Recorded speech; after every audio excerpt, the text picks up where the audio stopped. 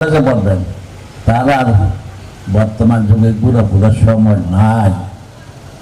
কেন নাই? লেখাপড়া তোমরা অনেক পিছিয়ে আছো, এটাকে এগিয়ে যাইতে তোমাদের অনেক পরিশ্রম দিতে হবে। পারবেন তো? ইনশাল্লাহ বললে হবে।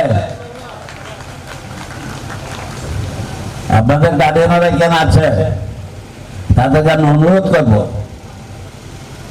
আপনার মেয়ে, আপনাকে নজর রাখতে হবে মেয়েটা ঠিকভাবে লেখাপড়া করছে কিনা, পরিশ্রম করছে কিনা, এবং স্কুলে ভালো রেজাল্ট হচ্ছে কিনা, এটা আপনার দায়িত্ব।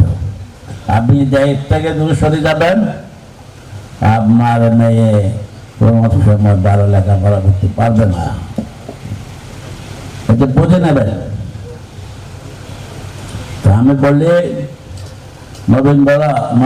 নবীন শিক্ষার্থীদের আমি অনুরোধ করব, সময় নষ্ট করবেন না। সময়কে তোমাদের অতীত এখানে কাজে বলছে, এখানে আর সময় নষ্ট করার নাই। এই মাঝে তোমাদের কর্মজীবন, ভবিষ্যৎ জীবন, আগামী দিনে স্বপ্ন দেখার যে সময়। আশা করি আপনারা পরিশ্রম করবেন, কাজ করবেন, মা বাপকে যথেষ্ট শ্রদ্ধা করবেন, শিক্ষকদের যথেষ্ট শ্রদ্ধা করবেন, লেখাপড়ায় মনোযোগ থাকবেন।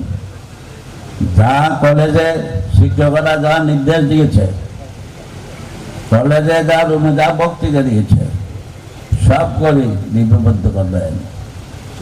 কি বলেছে শিক্ষকরা, বাসায় গিয়ে এটা আবার রিপিট করবেন। তারপর দিন আবার কলেজে আসি, আবার রিপিট করে শিক্ষকদেরকে বলতে হবে। তাহলে আপনার জ্ঞান আস্তে আস্তে বাড়তে থাকবে, থাকবে কিনা?